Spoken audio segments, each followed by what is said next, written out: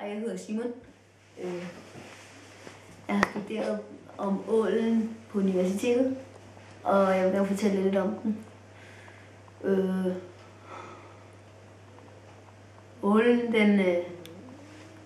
den kan blive fra 40 til 100 meter lang.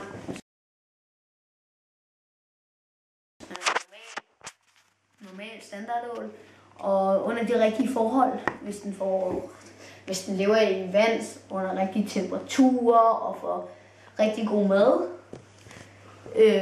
rigtig god kost, så kan den godt blive op til 1,5 meter lang. Ålen kan både leve i både ferskvand og saltvand.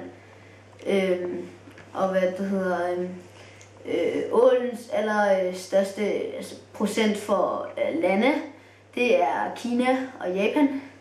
Ålen er et bunddyr, det vil sige, at den lever nede på bunden af havet eller søen.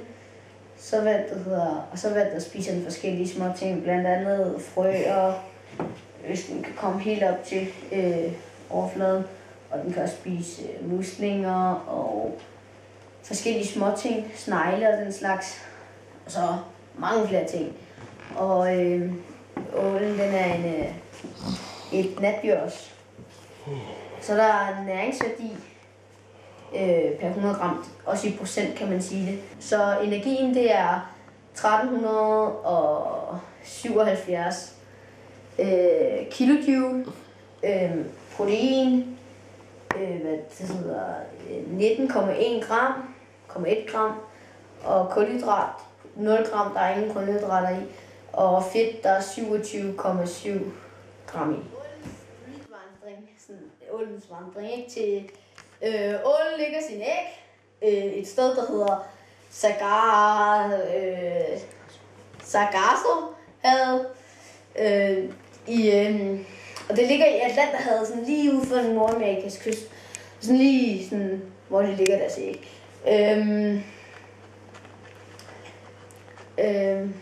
Ynglen fødes i Sargassohavet med den atlantiske storm, Europas kyster. Der går 3 lange år, før ållarven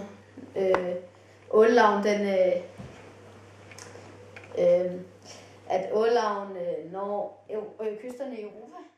Og her forvandler de sig forvandler de sig meget langsomt til en glasål, hedder det. Selvom vi har europæisk ål, men det bliver til en glasål, som der nogenlunde bliver cirka til 60-62 cm lang. Hej, jeg hedder Josef. Jeg vil gerne sige noget om den europæiske åls udseende. Kroppen på den europæiske ål er slangagtig. Den har nogle meget små brystfinner og en mørk overflade. Og den kan blive op til 50 år gammel.